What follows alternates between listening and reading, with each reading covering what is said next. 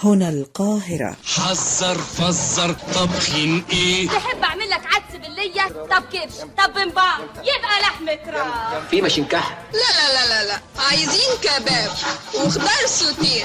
كل أكلة وليها أصل وحكاية. لو كنت أكلة كنت هبقى بط بالفريك، عشان البط بالفريك ما بيحب الشريك. هات لنا انت بس ذكر بط نحطه في نص الصف. والكل أكلة كمان تركاية. اللي بيحطي بالطين على الوش مش بيضة واحدة. والأصل مصري عنده السر في الخلطة. مستعد اعمل لك طبق فول مدمس اطعم والذ من ديك رومي. أصل الأكلة مع خبيرة التغذية الدكتورة منال عز الدين. دي وجبة متكاملة فيها كل العناصر الغذائية. والشيف مريم زرن. ما تنساش السلطة. أمان.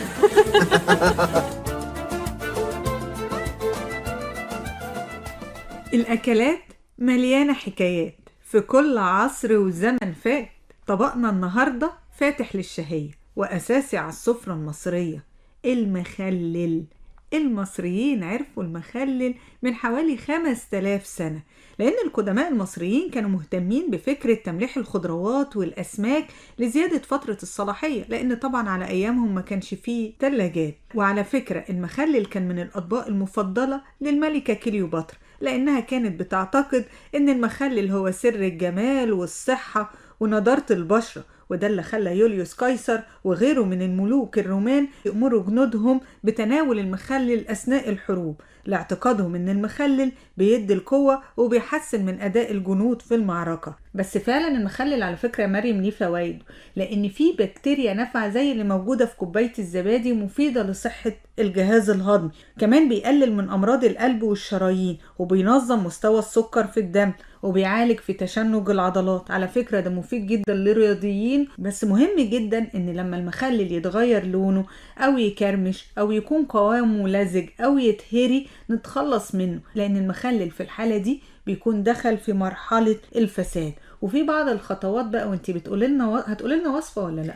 هقول لكم الخيار والبدنجان. طب ده حلو قوي، ده البتنجان ده مع يعني على مائدة الأسرة المصرية. وعلى فكرة دي أكلة صحية جدا، لأن الثوم بيتحط فيها بشكل صحيح وبيكون مفيد لصحة الإنسان. اتفضلي يا فندم. هنعمل الخيار المخلل النهاردة.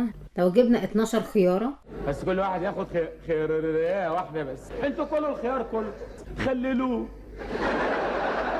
بدل ما انتوا واقفين كده اقعدوا خللوا خيار. هتفضلوا واقفين خللوا. لو جبنا 12 خيارة تمام، ونشيل أولها وآخرها. تمام. وهنحط عليهم 5 كوبايات مية، اللي هي الكوباية المج العادي اللي احنا بنشرب فيه، اللي هو بيكون 200 مللي ده. تمام.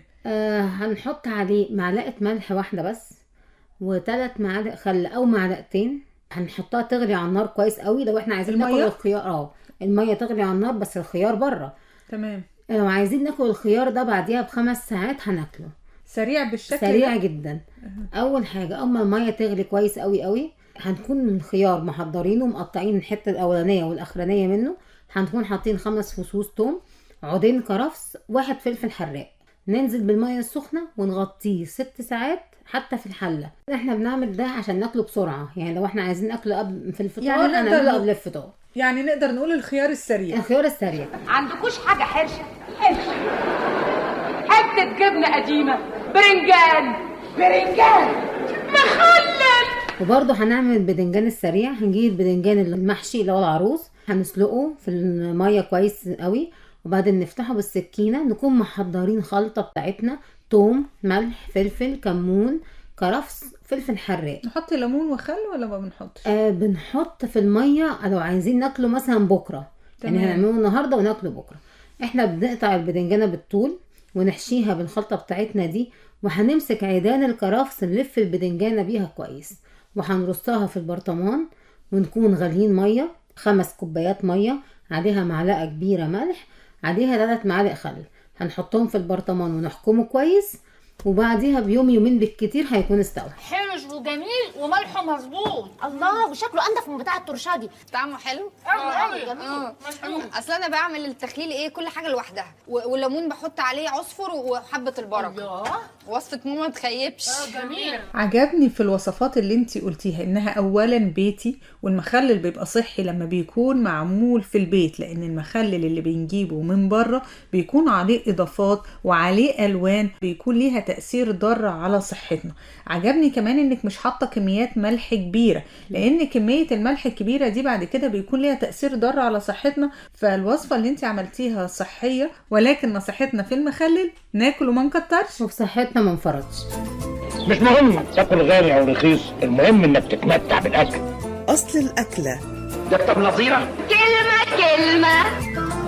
إخراج رانيا مجدي. كان نفسي اعزم اصحابي مش ياكلوا ويتفرجوا بس.